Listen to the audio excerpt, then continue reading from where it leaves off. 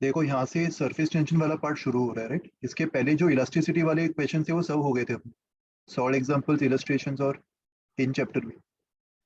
तो surface tension में सबसे पहले बताओ कि इलस्ट्रेशन में कोई डाउट है किसी को भी? इलस्ट्रेशन 11th,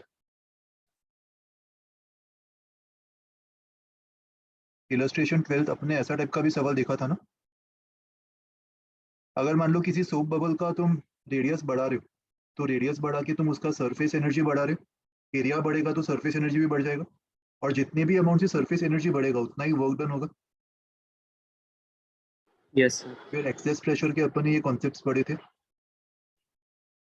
और ये वाला सवाल, अगर बहुत सारे ड्रॉपलेट्स कंबाइंड होकर एक सिंगल ड्रॉप बन रहे, तो उसका सरफेस एनर्जी कम हो जाएगा बिकॉज सरफेस एरिया कम हो जाएगा, तो वो हीट रिलीज करेगा, राइट? जितना भी उसका सरफेस एनर्जी कम होगा उतना ही वो हीट रिलीज करेगा। और यहाँ पे अपन अज्यूम कर रहे हैं कि जो भी वो हीट रिलीज करेगा वो खुद एब्जॉर्ब कर रहा है। हीट कितना रिलीज करेगा ये अपन ऑलरेडी देख चुके थे, this was the decrease in surface energy, right? और ये हीट मुझे बताओ कौन से यूनिट्स में होगा?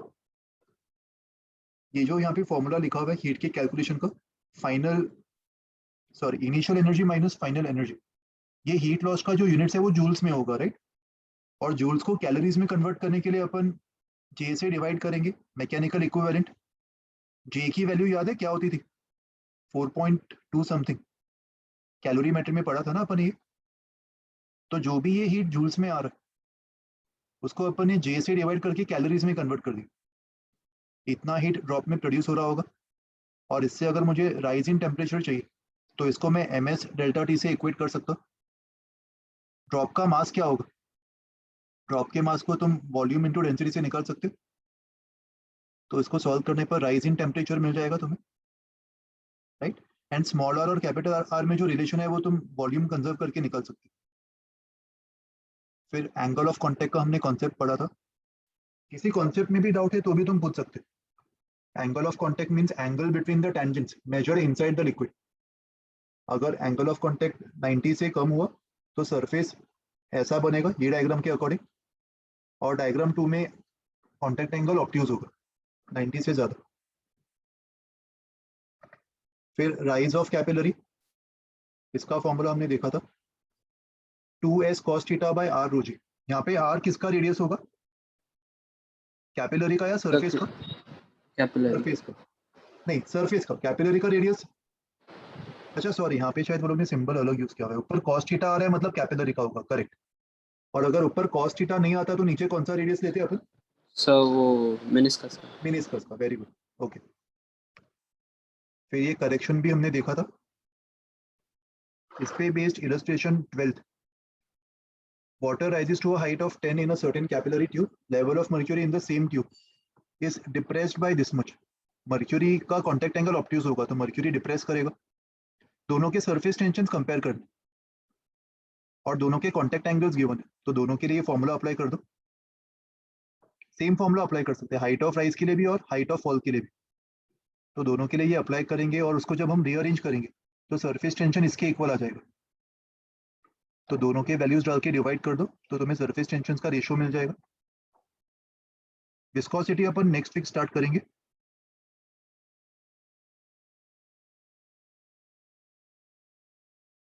इन चैप्टर एक्सरसाइज देख लेते हैं। Question number 1, which of the following is correct? बताओ इसका क्या आंसर होगा। Excess pressure inside a spherical drop of a liquid 2T by R होता है, सही है, सिंगल सरफेस। Yes sir. और अगर सोप बबल हुआ तो दो सरफेस, 4T बाय आर होगा। Yes sir. और excess pressure inside a cylindrical drop, ये भी T बाय आर होगा, ये भी सही है। तो ABC तीनों सही होंगे, राइट? Yes sir. इसका आंसर की नीचे ही दिया ना, ABC मल्टीपल चॉइस करेक्ट, ठीक है। फिर second question, if for a liquid in a vessel force of cohesion is twice the force of adhesion. Cohesive force अगर ज्यादा हो गया तो क्या होगा? लिक्विड वेट करेगा या नहीं करेगा? लिक्विड दूसरे मॉलिक्यूल से ज्यादा इंटरेक्शन करेगा या खुद के मॉलिक्यूल से? सर दूसरे मॉलिक्यूल से। कोहेजन, कोहेजन मतलब खुद के मॉलिक्यूल से ना। हाँ सॉरी। तो कोहेसिव फोर्स अगर ज्यादा हो गया तो लिक्विड सॉलिड को वेट करेगा या नहीं करेगा? नहीं कर पाएगा क्योंकि दूसरे मॉलिक्यूल से इंटरेक्शन कम होगा, राइट? और मिनिस्कस कैसा होगा? Convex upwards. तो liquid will not wet the solid, convex upwards and contact angle obtuse. Option B C D तीनों सही। सर कॉन्वेक्स अपवर्ड कैसे आएगा? कॉन्वेक्स अपवर्ड्स ये हमने पढ़ा था ना, अगर कॉन्टेक्ट एंगल ऑब्ट्यूज हुआ तो लिक्विड का जो सरफेस है वो ऐसा बन जाएगा ना, ये लिक्विड का सरफेस होगा, such that tangent to the liquid surface and Yes, tangent to yes. The solid surface, इनके बीच का angle measure inside the liquid, ये ऑब्ट्यूज होगा ना। ये तभी पॉसिबल है जब कॉन्वेक्स अपवर्ड्स होगा, है ना। Yes, sir. फिर question 3, the rise of liquid in sufficiently long capillary depends upon, क्या फॉर्मूला था, 2s cos theta upon r रो जी, तो कैपिलरी के रेडियस पे डिपेंड कर रहा है।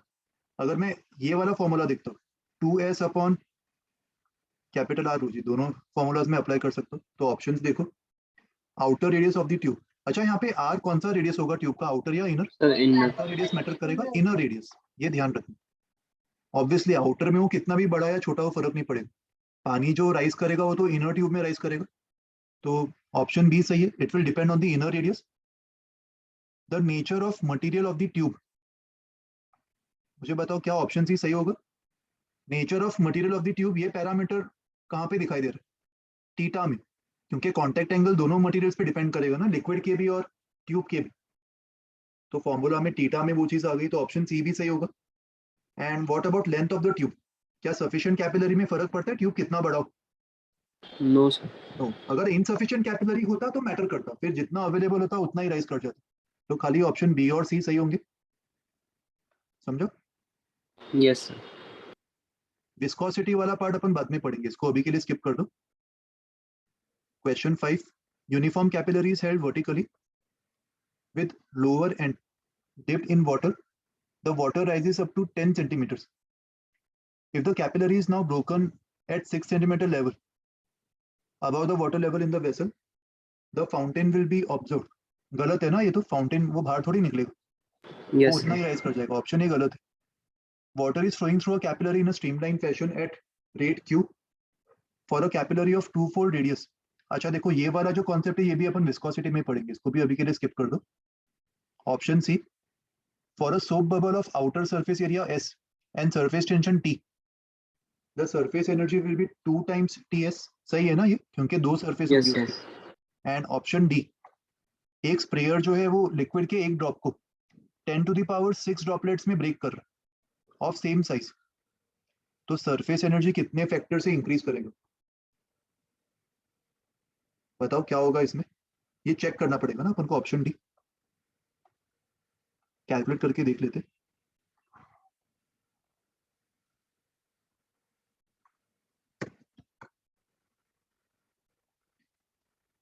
इनिशियली जो सरफेस एनर्जी होगी वो क्या होगी? Initial energy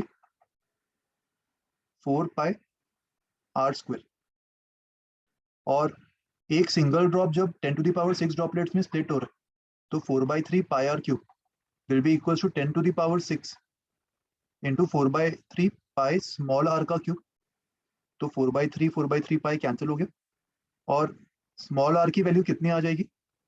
capital R upon 10 square 100। r/100, है ना।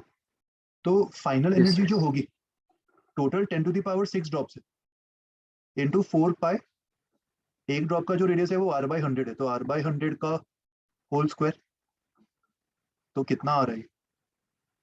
4 pi are square 10 to the power 6 upon 10 to the power 4 आ रहा है ना।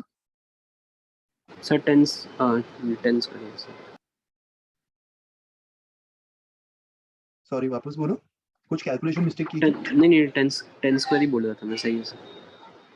हाँ, तो 10 to the power 6 upon 10 to the power 4 मतलब 10 स्क्वायर, तो 10 स्क्वायर के फैक्टर से इंक्रीज हो रहा है, तो ऑप्शन डी गलत होगा ना। Yes sir. Sir C option. C option तो सही है ना, सोप बबल के दो सरफेस होते हैं, तो उसका अगर सरफेस एरिया एस है तो एक्चुअल सरफेस एरिया जो है वो 2s हो जाएगा, खाली आउटर सरफेस एरिया बोल रहे हैं एस, और ऐसे दो सरफेस होंगे। सरफेस एनर्जी तो ऐसे होता है ना। Surface energy, surface tension into surface area होता है ना। एंड सोप बबल के लिए हमने क्या पढ़ा था, कितने सरफेस होते हैं?